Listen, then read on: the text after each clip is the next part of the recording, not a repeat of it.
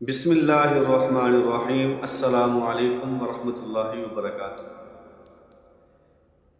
ایک نئی نویلی دلہن جس کی شادی چند ماہ پہلے ہی ہوئی تھی،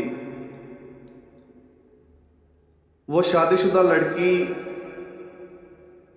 روز روز کی لڑائیوں سے تنگ آ کر اپنے ماں باپ کے گھر چلی گئی اور جا کر اپنی ماں سے کہا، اے ماں، میں بہت تنگ آ چکی ہوں۔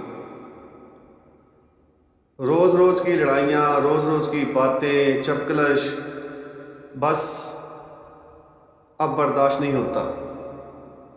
برداشت کی بھی کوئی حد ہوتی ہے۔ ماں نے بڑے پیار سے پوچھا، بیٹا آخر بتاؤ ہوا کیا ہے؟ بیٹی نے کہا، بس ماں اب میں اور برداشت نہیں کر سکتی، میں اس گھر میں واپس نہیں جاؤں گی۔ ماں نے کہا، اچھا ایک کام کرو، یہ زہر کی پڑیا لے جاؤ، روزانہ کھانے میں تھوڑا تھوڑا سا ڈال دینا، لیکن یاد رکھنا شوہر سے پھر محبت کے ساتھ اور نرمی کے ساتھ پیش آنا،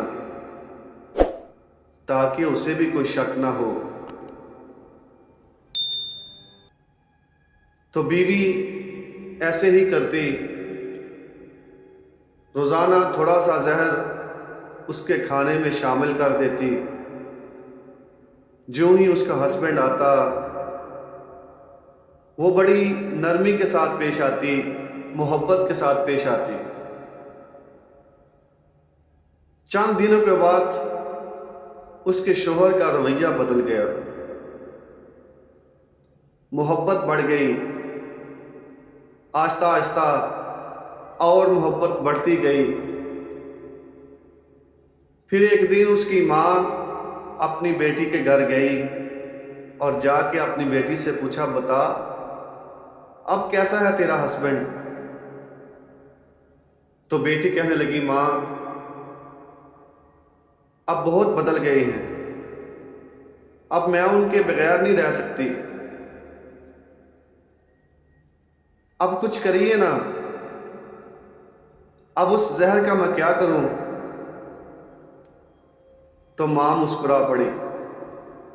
ماں نے کہا، بیٹا وہ زہر نہیں تھا، وہ تو چورن تھا، اصل زہر تمہاری زبان کے اندر تھا، تمہارے رویے کے اندر تھا، جو تم نے خود کو بدل دیا۔ تو دوستو، اس کا مقصد کیا تھا کہ رشتہ مت بدلو، اپنے رویے بدلو،